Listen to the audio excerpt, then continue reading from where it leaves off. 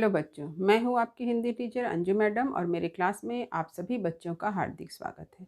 बच्चों, हम लोग चंद्रधर शर्मा गुलेरी द्वारा लिखित एक उनकी सुप्रसिद्ध कहानी उसने कहा था कि प्रमुख पात्र के चरित्र चित्रण को पढ़ रहे हैं। तो उसने कहा था कहानी का जो प्रमुख पात्र है वह है लहना सिंह। तो लहना सिंह के चरित्र की क्या क्या विशेषताएं थी उसे हम आज जानेंगे।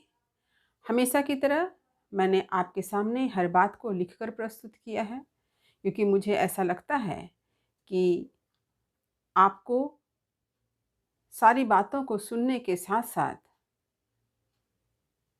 सारी बातों को लिखने की भी आवश्यकता है।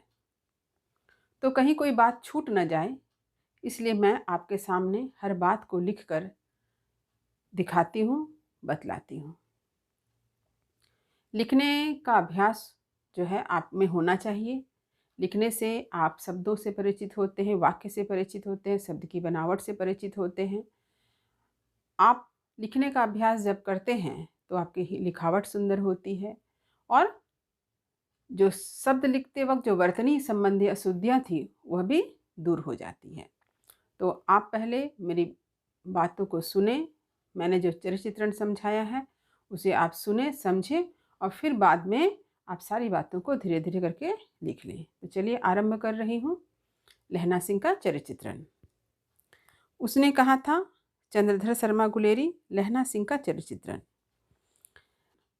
चंद्रधर शर्मा गुलेरी द्वारा लिखित उसने कहा था कहानी उनकी एक सुप्रसिद्ध कहानी है, सर्वप्रमुख कहानी है।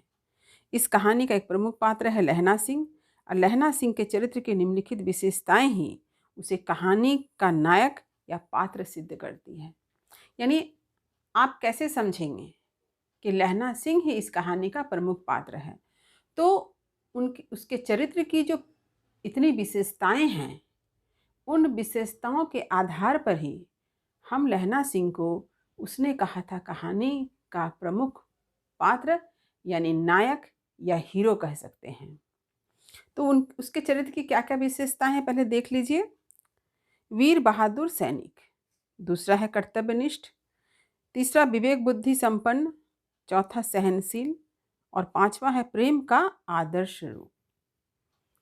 तो ये जो है उसके चरित्र की विशेषताएं हैं। अब चलिए प्रत्येक विशेषताओं के बारे में हम अलग अलग से पढ़ें, उसका अलग से विश्लेषण करें। देखिए, पहला जो उसके चरित्र की सबसे बड़ी खासियत थी, वीर बहादुर सैनिक, यानी लहना सिंह एक सच्चा वीर सिपाही है। वह बहादुर है, युद्ध के मैदान में उसकी बहादुरी देखते ही बनती है। उसके अनुसार एक एक अकालिया सिख 1.25 लाख के बराबर होता है। यानी लहना सिंह जो है वीर और बहादुर है और उसकी बहादुरी का परिचय हमें युद्ध के मैदान में मिलता है। आपने कहानी को जब पढ़ा है तो आपने देखा है कि उसने किस प्रकार लप्टन, जो नकली लप्टन था, उसका सामना करता है, उसे मारता है और अपने सैनिकों को भी बचाता है और अपनी बहादुरी का परिचय देता है। वहीं पर उसने उस युद्ध के मैदान में ही यह बात कही थी कि एक एक अकालिया सिख 1.25 लाख के बराबर होता है। दूसरा है कर्तव्यनिष्ठ, यानी कर्तव्य परायण, कर्तव्य से भरा हुआ। लहना सिंह कर्तव्यनिष्ठ है, वह एक सैनिक है। वह सैनिक के कर्तव्य से अच्छी तरह परिचित है, इसलिए वह युद्ध में मरना और मारने के को सदा तत्पर रहता है। यानी उसकी कर्तव्य परायणता हमें युद्ध के मैदान में देखने को मिलती है। वह जानता है कि वह एक सैनिक है और सैनिक का जो कर्तव्य होता है वह देश के लिए मरना और सैनिकों यानी शत्रुओं को मारना होता है। वह अपने देश की रक्षा में बलिदान देना जानता है। वह अपने कर्तव्य से पीछे हटता नहीं है। तीसरी विशेषता है विवेक बुद्धि संपन्न। लहना सिंह बहादुर होने के साथ साथ विवेकवान है। परिस्थितियों को भांप कर वह तुरंत निर्णय लेने की क्षमता रखता है।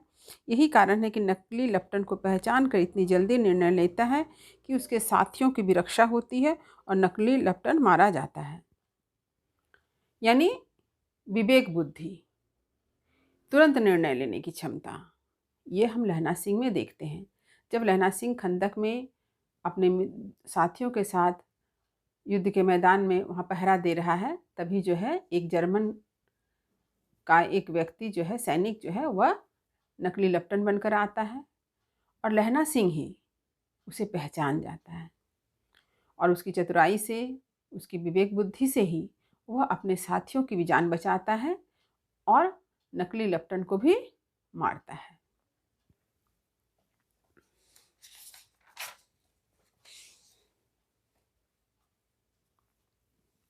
सहनशील यानी सहनशीलता, सहने की क्षमता।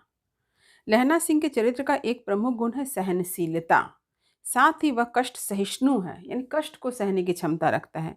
वह बीमार बोधा सिंह को अपना दोनों कंबल और सूखा तख्ता दे देता है। इतना ही नहीं, वह बोधा सिंह के बदले पहरा भी देता है। बीमार बोधा सिंह को जब अधिक ठंडक लगने लगती है तो झूठ बोलकर कि उसके पास अन्य जर्सी है, वह अपनी जर्सी बोधा को पहना देता है। इस प्रकार उसके भीतर कष्ट सहने की क्षमता है। तो हम देखते हैं कि लहना सिंह का जो चरित्र है, उसके चरित्र की एक बहुत बड़ी खासियत है, वह सहनशील है और कष्ट सहिष्णु है, यानी कष्टों को सहना जानता है। युद्ध के मैदान में भी वह क्या करता है, बीमार बोधा सिंह की सहायता करता है। उसे ये नहीं कहता कि उसके पास अन्य कंबल या अन्य जर्सी नहीं है, बल्कि बीमार बोधा को वो अपना कंबल दे देता है, अपना तख्ता दे देता है और खुद जो है एकदम कीचड़ में धंसा हुआ खड़ा रहता है। वह कहीं भी इस बात के लिए अफसोस नहीं करता है, बल्कि खुशी खुशी वह दूसरों की सहायता करता है। ये जो सहनशीलता है, ये गुण लहना सिंह को और भी ज़्यादा उसके चरित्र को निखारता है। अब पांचवी विशेषता है प्रेम का आदर्श रूप। देखिए, लहना सिंह के चरित्र में प्रेम का आदर्श स्वर्गीय रूप झलकता है। बचपन में यानी 12 वर्ष की अवस्था में जिस 8 वर्षीय लड़की के प्रति आकर्षित होता है, परवर्ती समय में वह लड़की लहना सिंह के सूबेदार हजारा सिंह की सूबेदारनी बन जाती है। एक बार सूबेदारनी के कहने पर कि लड़ाई में उसके पति व पुत्र की रक्षा करे, तो वह इस वचन को अपने प्राण देकर पूरा करता है। तो ये लहना सिंह की एक बहुत बड़ी विशेषता है, उसके अंदर प्रेम का आदर्श रूप हम देखते हैं। कहानी के आरंभ में ही हम लोग देखते हैं कि बम्पू काट जिस जगह पे, वहाँ पे लहना सिंह जब छोटा था तब एक लड़की से मिलता है। वह यह नहीं जानता है कि वह लड़की उसे क्यों अच्छी लगती है, लेकिन कहीं ना कहीं उसके मन में उसके प्रति प्रेम आया था। बाद में वह भूल जाता है इस बात को, लेकिन एक बार सूबेदार हजारा सिंह के कहने पर जब लहना सिंह युद्ध में जाते समय उसके घर जाता है, तो सूबेदारनी उसे पहचानती है और लहना सिंह को यह कहती है कि युद्ध के मैदान में उसके पति हजारा सिंह और उसके बेटे बोधा सिंह की वह रक्षा करे।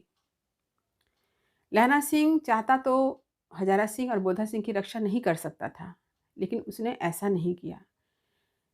लहना सिंह के अंदर प्रेम का आदर्श रूप ही हम देखते हैं कि उसने सूबेदारनी की बातों यानी उसके वचन का पालन जो है अपने प्राण देकर करता है। वह सूबेदार हजारा सिंह के प्राणों की रक्षा करता है और बोधा सिंह की भी जान बचाता है। तो यह है लहना सिंह का चरित्र चित्रण, लहना सिंह के चरित्र की कुछ विशेषताएं जो लहना सिंह को उसने कहा था कहानी का प्रमुख पात्र, नायक, हीरो बनाता है। तो उम्मीद करती हूँ लहना सिंह का चरित्र चित्रण आपको भली भांति समझ में आ गया होगा। फिर भी यदि कहीं कुछ समझने में दिक्कत हुई हो तो आप अपने प्रश्न कमेंट बॉक्स में टाइप करके मुझ तक अवश्य भेजें। मैं आपके प्रश्न का जवाब अवश्य दूंगी। वीडियो को लाइक करें, शेयर करें और चैनल को सब्सक्राइब करना ना भूलें, ताकि नए वीडियो का नोटिफिकेशन का लाभ आपको तुरंत मिल सके। तब तक पढ़ते रहिए, जीवन में आगे बढ़ते रहिए। मेरी शुभकामनाएं आप सभी बच्चों के साथ है। धन्यवाद।